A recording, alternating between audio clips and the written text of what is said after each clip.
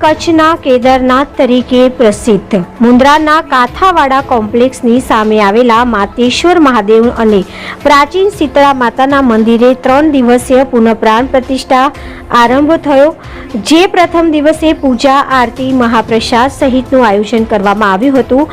બીજા દિવસે જલયાત્રાનું આયોજન કરવામાં આવ્યું.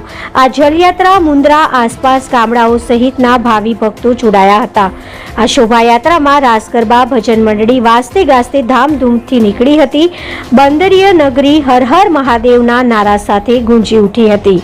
રાત્રે પાંજરાપોળની વાડી ખાતે સુપ્રસિદ્ધ કલાકાર ભજની કલાકારોએ ભજનની રમઝટ બોલાવી હતી.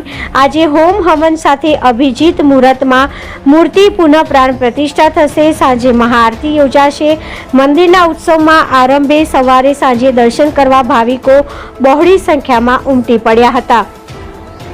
આ મંદિર નવનિર્માણના મુખ્ય દાતા શ્રી ગંગા સ્વરૂપ માતૃશ્રી મંજુલાબેન મણિશંકર વીરજી પેથાણી પરિવારના હસ્તે શ્રીમાન અનિલકુમાર મણિશંકર પેથાણી ફરાદી, શ્રીમતી કાશીબેન અનિલકુમાર પેથાણી, કુમારી પ્રાશુ અનિલકુમાર પેથાણી, કુમારી જોય અનિલકુમાર પેથાણી, કારા જ્વેલર્સ દુબઈવાડાનો મુખ્ય સહયોગ રહ્યો હતો.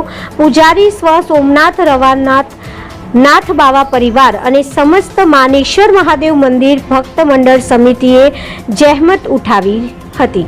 Bureau report, Imran Avadiya, Mundra, Kutch.